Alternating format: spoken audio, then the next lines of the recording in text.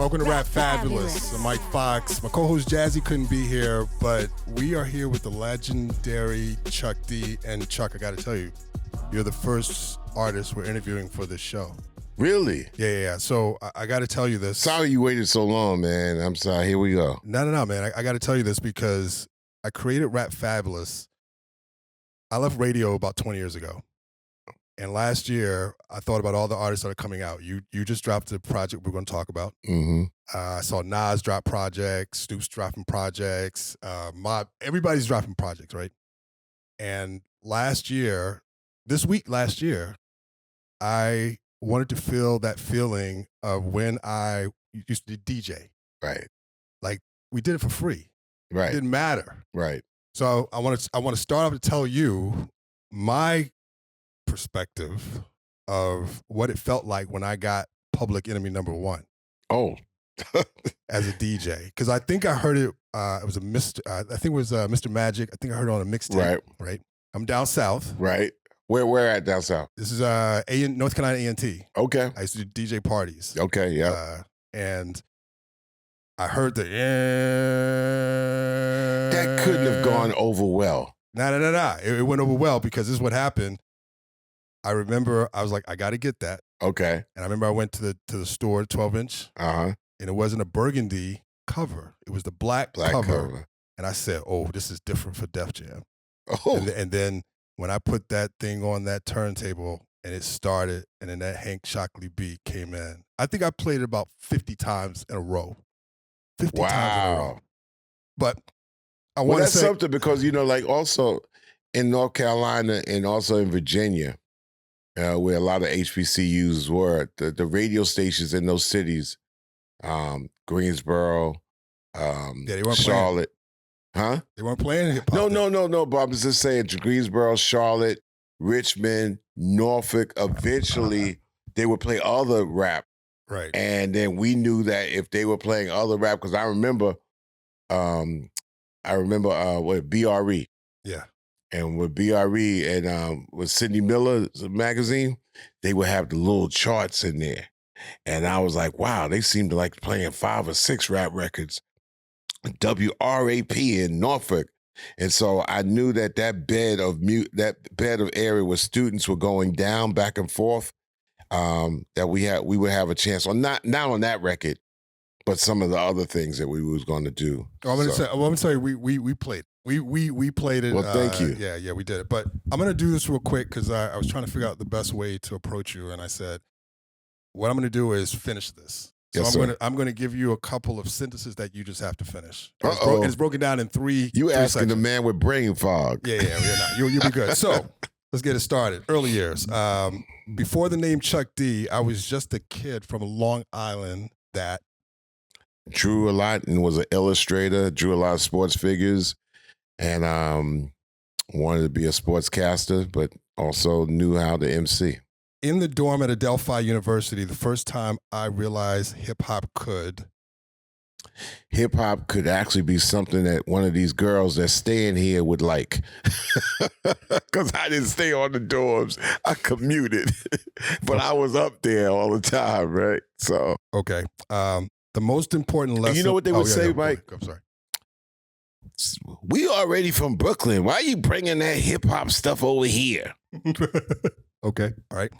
The most important lesson I learned from Hank Shockley was? Well, it's a lot. Let me see. The most important lesson I learned from Hank Shockley is that the words were as important as the music. And he learned that from an older person that taught him that Sly and the Family Stone just wasn't a sound, but the words moved you. And when Hank told me that also gravitated to me. Okay. If I had to describe Public Enemy's original mission in one line, it would be? Yeah, bring the noise. Right, that was easy. Bring the noise. Okay. When we made It Takes a Nation of Millions, our biggest goal was to make a what's going on of rap music. Right. I knew hip hop could move mountains when Run DMC rocked arenas and stadiums. Wow. So there's an interview on 24/7 HH. It's an amazing hip hop interview. They did it with Hank Shockley, and Hank was talking about the night when I think you were listening to Mr. Magic, and Eric B dropped. I think you know this. I think I know where to go with this. And he said you both heard it because I think Mr. Magic was, he wasn't too sure about your skills. And then Hank said something that when he heard that, he called you. You were like, "Yo, we need to make a reverse or inverse version of this." Yeah. What do you remember about that day, like that day or that night? It wasn't Mr. Magic that just played it first. We went to hang out at Old Westbury. Okay. Cool Mo D was going to school at Old Westbury, getting his degree. So that had this little rap royalty area up there, and they was having a party up there. And the DJ had I Know You Got Soul. And we had just kind of signed with Def Jam, and we patterned our whole everything off of Run DMC's Raising Hell. So we went up to Old Westbury, and at that time, Eric B got, salutes to the, rest in beats. Ant Barrier, Eric B's brother, love him to death. He would be like, "Y'all cool, but y'all sound old. The new style is what my brother and Rakim is doing." And we couldn't deny that because they recorded as an independent, and we were stuck with a major, so we recorded our stuff earlier. And KRS-One and Eric B and Rakim changed the game with Scott LaRock. Scott LaRock and KRS-One, Eric B and Rakim. And we were like, damn, that was just off of My Melody and Eric B as president. So we were hearing Ant Barrier like, yeah, they signed with Rush because they with Def Jam, but we paid in full. We with 4th and Broadway, and we independent coming into y'all. Y'all need us. And those guys sound like old, like Eddie Chiba and all that, and their style is old. And we're like, damn. And we stuck with an album that ain't got no singles on it because it ain't got the up-to-date sound. So fast forward, Mike, me and Hank go to Old Westbury, and the DJ is playing this record called I Know You Got Soul. So not only we hear Ant Barrier, they come out with this new record that I still can't describe to this day. And the DJ played it 8 times. And I was like, I was blown away, happy, competitive, and mad at the same time. And I remember me and Hank going back to Roosevelt, kind of like I was pissed off because I was like, we got to make something with an updated sound. And that's when we started to map out A Rebel Without a Pause. What was that process though? Because my understanding is Hank would not let anybody in the studio. Were you? That's why we ain't got no pictures today. Anybody say, "Oh man, what's up? Any pictures from the studio?" Nope. So he literally would just do the track, and then how would he bring it to you? Like how would he bring it to the group? We would go to our we were at 510 South Franklin, which wasn't a studio. It was like a DJ studio, but there was enough equipment and stuff there to map out and hash out a song before we recorded it. So our pre-production was almost like 80%. Because number one, we come from an era, we ain't got no money. And the studio back then was like, oh man, 5 hours? $300? Even if we all scraped it up, we can't get that. So we got to go in the studio and knock this out in 3 hours. So our pre-production was like, yo, man, we're going to be glass when we come out of here and finally get in the studio. So we could do all kinds of things. So we're working on Rebel Without a Pause. This is before the title. This is before the actual words. But all I remember is that the group that later became leaders of the new school, of course, with Busta Rhymes, right, Dinko D, Charlie Brown, they were downstairs and they would come up. And we was like, how do you think this sound? And when they heard it, I swear these kids were bending and climbing up the wall with every and this is without the words. and was like, okay, this is what I hear, and this is what they feel. And so we commenced to finish that song over a process of days, but we knew that was it. But the style, rhyme-wise, was a little bit like Rakim and KRS. Right. The music was James Brownish, and the noise was also PE. So we was able to come out with that. And still, we knew when we released it, it was so crazy that the average casual fan gonna be like, what the hell is that? Because we played that on tour in 1987 all summer long. We go to a place like Wichita and they staring at us. Right. You know, and we played it right in front of their face. That song didn't become a hit. And I think Scratch could attest, songs became a hit once you did Soul Train. We did Rebel Without a Pause on Soul Train. Saturday mornings, right? Yeah. We did Rebel Without a Pause on Soul Train, and all of a sudden that record was a hit. Wow. Thanks to Don Cornelius. And we forget, because Soul Train was basically national radio. That's what people don't realize. National Black Radio. National Black Radio. Yeah. After the cartoons, people don't know that. The cartoons, that's when you knew Saturday cartoons was over, when Soul Train rolled around. Yeah, Mike. So yeah, Mike. we're gonna move into where you are today, because one thing about you as an artist is you've never stopped. Like, you put out projects throughout, past Public Enemy, Chuck D. Yeah. I'm a Def Jam alumni, by the way. So yes, sir. Big shout out to EP and the crew here. And yes, sir. We thank you for that. Yeah, I got my Def Jam bars. But let's talk about your project, that Radio Armageddon.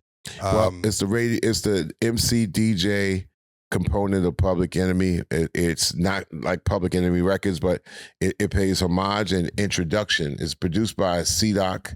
And C-Doc started out as our video maker, filmmaker, from Ohio, Pennsylvania area, and he has honed himself under the tutelage and understanding of how the Bomb Squad records were arranged, put together. And so he studied the alchemy and the science of it for more than 20 years, 25 years. But with the toolbox that we have now as creators and producers, something that people will lazily take for, kind of take for granted because they could push a button, come up with something. He's instituted and created this, what you call a sudden right turn. All right. And sudden right turn production means it can go here and then here the next instant, and so I think that's been an enjoyable process to Radio Armageddon. And hopefully there'll be a sequel 2 and a 3 pretty soon. We wanted to do what Nas did with his Mass Appeal, what he did with his 2 trilogy albums. Yeah. Because as I was listening to it, it's a work of art. Because at first I didn't know what your approach was going to be, and then I started going through it. But one thing I learned from Hank, Mike, and we learned together also, is that if this is the spectrum of high and low, if everybody just shoots for high all the time, it doesn't mean that it's great or lesser than. It's just that everybody end up kind of doing the same thing. So our craziness would be like, well, let's see if we could go really low to the bottom on this, almost to the area of what the hell is this? That love and hate is the same reaction. Matter of fact, it might behoove us for people to cringe up and hate the record first. Right. I mean, the first time I heard Flashlight by Parliament, I'll tell you, the first time I heard Flashlight by Parliament was Terminator's brother, who went to my school, and he had this big box. It was raining, and he had it covered up with plastic. And at the same time, he's got Flashlight. I'm hearing it. And I'm like, what the hell is that? I'm listening for Tear the Roof Off the Sucker, something. Nah, this wasn't it. This was like something that sounded like it was on acid. But that's what Radio Armageddon is too. It's a presentation that's not meant to be loved, but there will be somebody that will be like, there's something in there. And from that, maybe appeal would sprout. Now, I want to give you props, because I noticed that you brought back Daddy-O, but then but you gave homage to the old school artists, but then all the new artists that you turned into it. I don't know if you want to mention some of the new artists, because that's important to understand. Like, you're bridging the gap, and I think that's a big piece that's missing. Real quick, yes, sir. Like I didn't do a conventional record. Like I'm doing conventional takes and stabs with a vocal style that's not like Public Enemy. It's just of its own, like the New Gens and Daddy-O comes in with a conventional style, but it's almost like a new, I wouldn't say new, it's a different way of quasi MCing, kind of rapping, but introducing the raps in that album that comes straight out and conventional, like Half Pint and Miranda Writes on Is God She. Okay, the topic is like, why we always say God's a he. Is God she? And then they were able to come with their lyrics and their vocals. Donald D from the original B-Boys. Donald D and Brother B. Donald D is on it, and Donald D's also on our label, Spit Slam. So the album is also a reflection of the label's artists that we've also been able to embellish and help out. Phil Most Chill out of Philly. Donald, like I said, Donald D from the B-Boys, and DJ Jazzy J, who's the first recording artist on Def Jam when him and T La Rock did It's Yours. It's Yours. So it was a blessing to have a couple of scratches in there by Jazzy J. Donald D, who also was a founding member of Ice-T's Rhyme Syndicate too. And we've done shows together international. It's funny because he has analogy. He's talking about World Be Free and Rod Carew. You know what I'm saying? Baseball player and basketball players from last century, but still keeping it in fresh rhymes. And Black Medine is on the album. The Impossibles, Impossibles with C-Doc's crew, that was the world's first virtual rap squad. So we have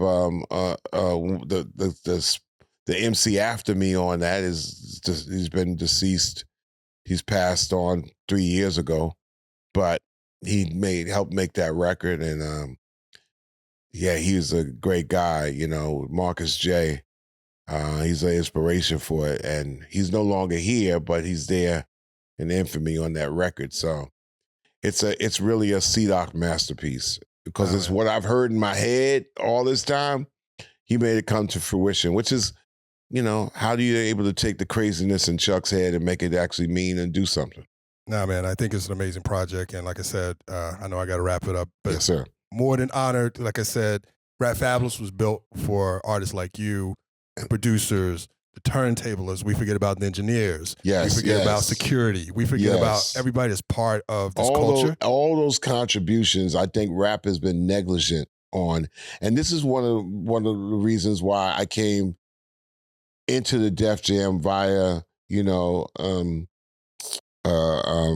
the situation in Tunji, Blungan, that here's a young brother with roots from being an MC, roots from Nigeria, roots from hip hop, and being able to be there as a consigliere, being able to be there for advice, when an emergency break glass. Because I think, man, there's an accountability and responsibility to the logo from a different aspect of cultural reverence that I think that I could be helpful in. No different in sports, man, when you bring in somebody and say, yeah, man, this team did this, and like, what can you do to add to it and encourage younger artists to do their thing without looking over their shoulder thinking that, if I don't sell these units, I'm a failure. Yeah. All right, well, that's it for me, man. And as far as Def Jam, we need like Def Jam alumni jackets. We need to figure that out. That's one. Well, number one, a Def Jam alumni seminar would be nice too. Yeah, we should. Or retreat. Yeah. Because a person like yourself, with your class and your way to tie a lot of different things together, people don't see when it comes down to what the art form represents. They always got to see something that's trying to out-art the artists. People are kind of picking up slang along the way and using it, thinking it's the badge that makes them cool. Nah, man, class can like elevate you anywhere and at any time and make everything better. When it's truly honest. And thank you, man. Right. And last question. I promise I'm out of here. I promise, Jess. I'm going to get out of here. As I sign off on this new project, my final word to the culture is, we got you. There we go. Rap Fabulous, Chuck D, thanks to the team, the Odyssey team here at Hard Rock Hotel Live. We out. I'm just honored, my man. Thank you, bro. Let's take a sec to think back like this. This is how we take the old from the new. The new to the old. Rap is something you do. Hip hop is something you live. Rapfabulous. What, huh? Did I start? To the hip, the hop, you don't stop. Rap fabulous. With the real hip hop.